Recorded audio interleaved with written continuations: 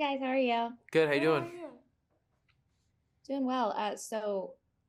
I'll be honest. I'm not a big Golden Age person, but I am a big 60s and 70s musical person. I Hmm. love every show that is in this season very, very much.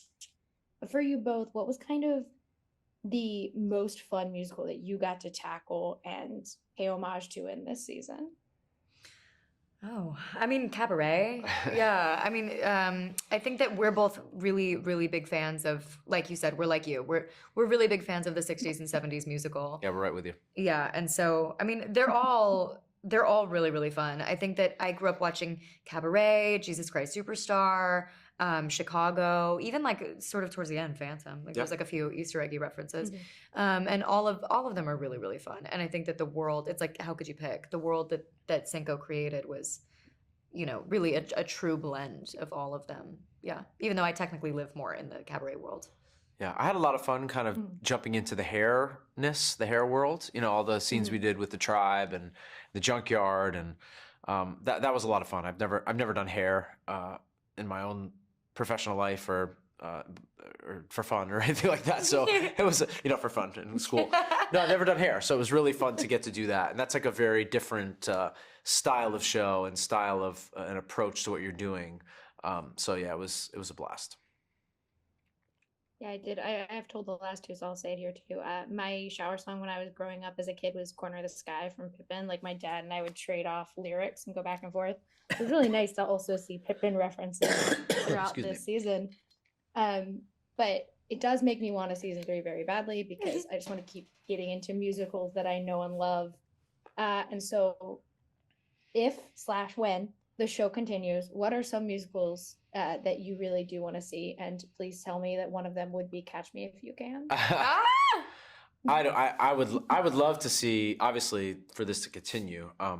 It's funny you say Catch Me If You Can, because I think we're dealing with musicals that are really classic and timeless and from 50, 40, 30 years ago. So I'd be interested to see if they could weave in some more modern musicals just to see how that would Mhm. work with this kind of narrative, right? Yeah. So I am very interested to see if how that would work, and if anybody could do it, it's them, because these writers are absolutely genius in the way that they go about what they do. So I'd love to see it in there. Yeah, I agree. I think honestly, there are a lot of iconic sort of 90s musicals that we could get Mhm. into, like that are what a lot of, millennials and even Gen Z grew up on as like their, I mean, I remember getting new soundtracks every time my mom would make like a business trip to New York, she'd come back with a new soundtrack and I'd be like four, being exposed to these things being picked up from theater camp, being like, I think you're gonna like track seven. Like, I've already found your favorite one. So I feel like all of those that are so integral to like our generation's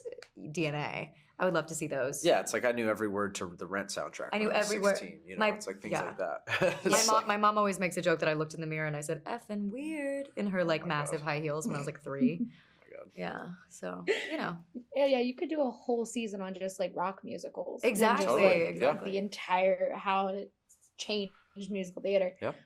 With a show like this though, this is a whole it's almost like a new show because you guys have all new characters. It's still the Schmigadoon we know and love with like not parodying but paying homage to the musicals that it is referencing. But what do you hope audiences take away when they come into season two being so different from what we met from all the characters we met in season one?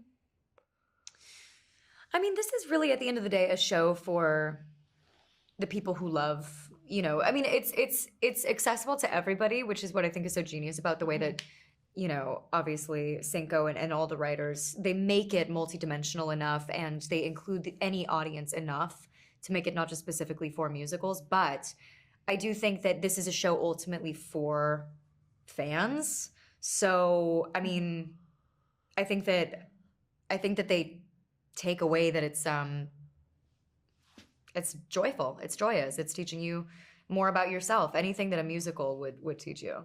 Yeah, and the people that are going to get these musical references are just going to have such a blast because there's so many of them, and this season has even more musical numbers. There's so many different things happening because the world is a bit bigger, but also